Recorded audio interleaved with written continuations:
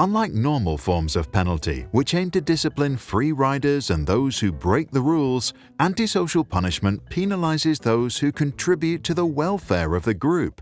This counterintuitive twist on justice, where heroes are treated like villains, targets the cooperative and altruistic, creating an environment where generosity and selflessness are discouraged.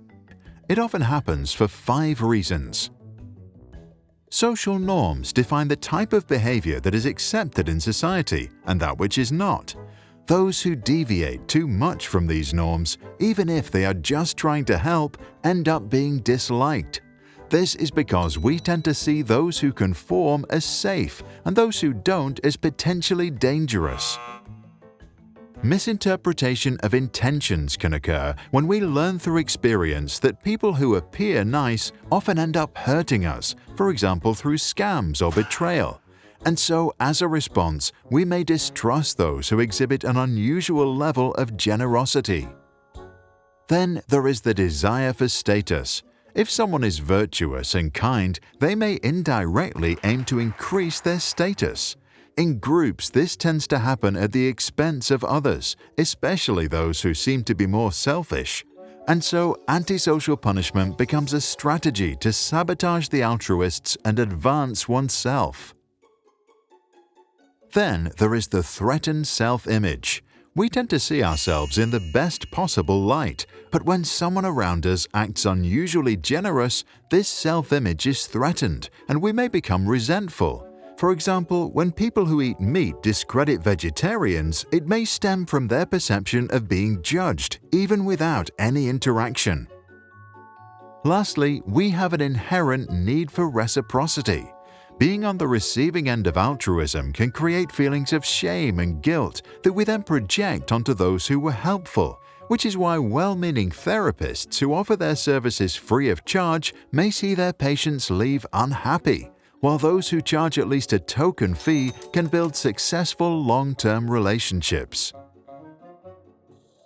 A study published in Science in 2008 observed antisocial punishment in 15 countries.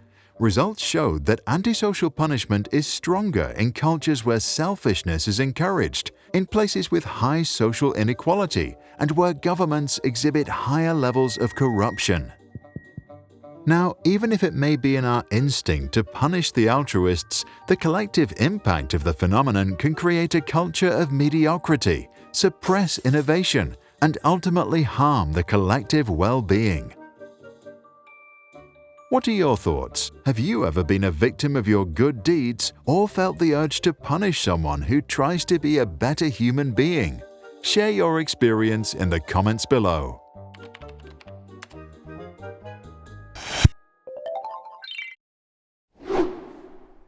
We relentlessly researched education for the past decade, read plenty of peer-reviewed papers, visited all sorts of schools, created hundreds of videos on the topic, and even set up our very own kindergarten for project-based learning. And now, we also made a book. The Unschooler's Educational Dictionary covers everything we know about learning, unveils the unintended consequences of compulsory education, and includes a complete guide to the alternative school movement. Order your copy now. Just visit your favorite bookshop or check the links in the description below. If you found this helpful, check out our other videos, join us on YouTube or on patreon.com/sprouts. For more information, classroom exercises or videos without background music, visit sproutschools.com.